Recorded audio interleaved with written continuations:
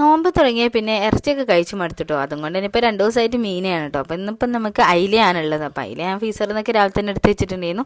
ഇപ്പം നന്നാക്കി ഇനി പെട്ടെന്ന് തന്നെ കറി വെക്കാൻ നിൽക്കാം കേട്ടോ. അപ്പോഴേക്കും നമ്മൾ മഴക്കാരൊക്കെ നല്ലോണം മൂടി വരുന്നുണ്ട് കേട്ടോ. അപ്പോൾ ഞാൻ പെട്ടെന്ന് തന്നെ ദോശയൊക്കെ ഉണക്കാൻ ഇട്ടിട്ടുണ്ടായിരുന്നു കേട്ടോ തലേ ദിവസത്തെ. പിന്നെ ഡ്രസ്സും വേഗം തന്നെ എടുക്കാൻ ചെറുതായിട്ട് ചാറ്റിലും തുടങ്ങിയിട്ടുണ്ട് കേട്ടോ. അപ്പോൾ മക്കൾ രണ്ടുപേരും കിടന്നുറങ്ങിയിരുന്നു. അപ്പോഴേക്കും പെട്ടെന്ന് തന്നെ മീൻകറി റെഡിയാക്കി വെച്ചിട്ടുണ്ട്. ഇനിയിപ്പോൾ നമ്മളൊന്ന് മീൻകായ്ക്ക് വേണ്ടിയിട്ടുള്ള മസാലയൊക്കെ ഒന്ന് സെറ്റ് ചെയ്ത് വെക്കാൻ കേട്ടോ.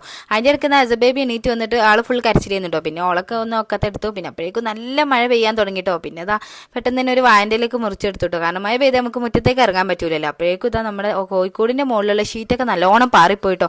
പിന്നെ കോഴിക്കോട് ഫുള്ള് കരച്ചിലോ കരച്ചിരുന്നുട്ടോ. പിന്നെ അത് പെരുമഴ പെയ്യാനും തുടങ്ങി. ഒരു കാറ്റിൻ്റെ മൈൻഡ് സൗണ്ടും കേട്ടിട്ട് ഇച്ചു എണീറ്റിട്ടോ. ആൾ ഫുൾ കരച്ചിലിരുന്നു. പിന്നെ അതാ പെട്ടെന്ന് തന്നെ ഓൻ അവിടെ എത്തിയിട്ട് മീൻകായ റെഡിയാക്കാണ്ടോ. ഇപ്പം കറണ്ടൊന്നും ഉണ്ടായിരുന്നില്ല കേട്ടോ. ഞാൻ ഫ്ലാഷ് ലൈറ്റ് ഒക്കെ കത്തിച്ച് ചെയ്യുന്നുട്ടോ ഉണ്ടാക്കുകയൊക്കെ ചെയ്യുന്നത്. പിന്നെ ഇടയ്ക്ക് എൻ്റെ കിച്ചുവിൻ്റെ അടുത്തൊക്കെ സംസാരിക്കുന്നുണ്ടോ. പിന്നെ ഇതാ ഇച്ചു വൈപ്പറൊക്കെ എടുത്ത് മഴ പോയതിന് ശേഷം പുറത്തേക്ക് ഇറങ്ങിയിട്ടുണ്ട്. പിന്നെ അത് 6 മണിയൊക്കെ ആയപ്പോൾ ഞാൻ ഇതാ പൊറാട്ട ഉണ്ടാക്കാൻ കേട്ടോ. അപ്പോൾ ഷോപ്പിങ്ങിന് പോയപ്പോൾ വാങ്ങിയതുണ്ട്. അപ്പോൾ അതിൻ്റെ എക്സ്പയറി ഡേറ്റ് കഴിയാനായപ്പോൾ പിന്നെ പൊറാട്ട തന്നെ ഉണ്ടാക്കി വെച്ചിട്ടോ. പിന്നെ ഇത് മീൻകായും കൂടി റെഡിയാക്കി എടുക്കുന്നുണ്ട്. അപ്പോൾ അതൊക്കെ സെറ്റ് ചെയ്തു. പിന്നെ ഇപ്പം ജ്യൂസും റെഡിയാക്കിയിട്ടുണ്ട്. അപ്പോൾ ഫ്രൂട്ട്സും സെറ്റ് ചെയ്തു. ഇനിയിപ്പം കുറച്ച് പച്ചമുന്തിരിയും ആപ്പിളൊക്കെ എടുത്തിട്ട് ഐസ്ക്രീമും കൂടി ഇട്ടിട്ട് ജസ്റ്റ് ഒന്ന് തിന്നാന്ന് വിചാരിച്ചു കേട്ടോ. കാരണം അത് പുളിയാന്ന് പറഞ്ഞിട്ട് ആരും കഴിക്കുന്നുണ്ടായിരുന്നില്ല കേട്ടോ. പിന്നെ നമ്മുടെ ടേബിളിലേക്ക് 6:30 ആയപ്പോഴത്തേക്ക് എല്ലാം സെറ്റ് ചെയ്ത് വെച്ചിട്ടുണ്ട്.